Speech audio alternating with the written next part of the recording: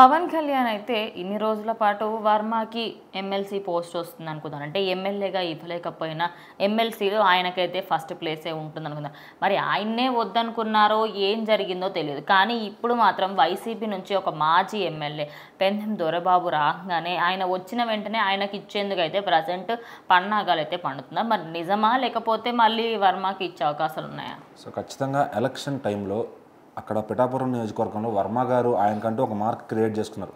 ఏ పార్టీలో లేకుండా కూడా సింగిల్ సీటు నిలబడి గెలుచుకున్న వ్యక్తి ఆయన. అంటే ఒకప్పుడు వైసీపీలో కానీ టీడీపీలో కానీ లేకుండా సోలోగా గెలిచిన వ్యక్తి ఆయన.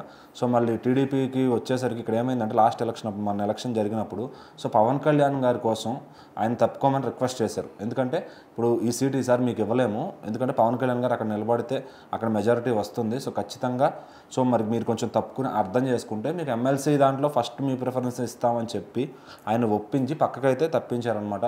సో మరి అది మనసులో పెట్టుకోకుండా ఆయన అభిమానులు ఎంత ఫోర్స్ చేస్తున్నా కూడా ఆయన అవన్నీ పట్టించుకోకుండా పవన్ కళ్యాణ్ గారి కోసం తిరిగి అంటే ఫుల్ సపోర్ట్ ఇచ్చారనమాట. పవన్ కళ్యాణ్ గారిని గెలిపించండి, ఇంటింటికి తిరిగి ఆయన ఎంత సపోర్ట్ చేయాలో అంత సపోర్ట్ చేసి పవన్ కళ్యాణ్ గారి గెలుపులో ఆయన కూడా ఒక భాగం అయ్యారు. సో మరి అలాంటి వ్యక్తికి మరి నిజంగానే ఫస్ట్ ప్రిఫరెన్స్ ఇవ్వాలి ఎమ్మెల్సీగా. సో మరి కూటమి పార్టీ ఎందుకు అభ్యర్థులు ఇట్లా చేస్తున్నారు, మరి ఆయన ఎందుకు తప్పించాలనుకున్నారు అనేది తెలియదు. సో మరి తాజాగా వైసీపీ పార్టీ నుంచి పెండెం దొరబాబు గారు అయితే జనసేన పవన్ కళ్యాణ్ గారితో కలవడం జరిగింది. ఆయన ఫ్యామిలీ మొత్తం కూడా పవన్ కళ్యాణ్ గారిని కలిసి ఆయనతో ఫోటోలు దిగడం జరిగింది. సో ఇంకా జనం అంతా అర్థం చేసుకున్నారు ఈయన ఈ పార్టీకి షిఫ్ట్ అయ్యాడు. సో మరి ఇప్పుడు అతనికి ఇస్తే బాగుంటుందని కొంతమంది అభిప్రాయం అనమాట. సో మరి అది పైన పెద్దలు కూడా అదే డిసైడ్ చేశారు. పవన్ కళ్యాణ్ గారు కూడా అందుకే వెంటనే జాయిన్ చేసుకున్నారని చెప్పి.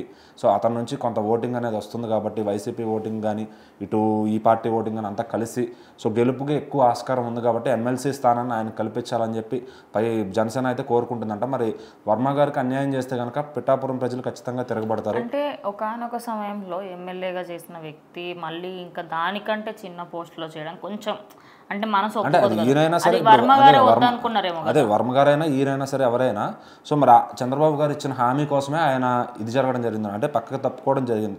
ఒకవేళ నేను తప్పుకోనండి నేను సింగిల్గా వెళ్తాను అని ఉంటే అదే పిఠాపురంలో మరి వర్మ గారి ఫాలోవర్స్ అందరూ ఆయనకు ఓటేసుకునేవాళ్ళు. అప్పుడు మొత్తం చీలిపోయేది అనమాట. అంటే ఈయన అడ్జస్ట్ అవ్వబట్టే కదా అక్కడ గెలుపు అనేది దొరికింది. సో మరి ఈయన కోరింది వాళ్ళు ఖచ్చితంగా ఇచ్చి తీరాల్సిందే. మరి వర్మ గారికి అన్యాయం చేస్తానంటే కనుక వేరే వాళ్ళకి ఎమ్మెల్సీ పదవి ఇస్తానంటే కనుక ఆయన వర్మ గారి పక్షంలో ఉండే ఎవరైతే జనాలు ఉంటారో వాళ్ళందరూ ఖచ్చితంగా తిరగబడతారు.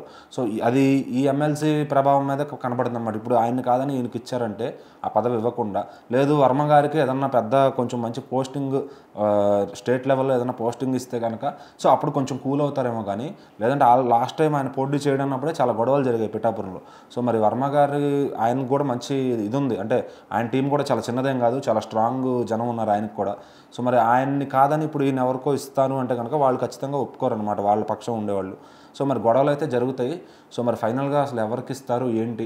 సో పట్టభద్రుల ఎమ్మెల్సీ ఎన్నికలు చూసిన తర్వాత కొంచెం కాన్ఫిడెన్స్ అయితే వచ్చింది, ఎవరిని నిలబెట్టినా ఈ వేవ్లో ఖచ్చితంగా గెలుస్తారు అని చెప్పి.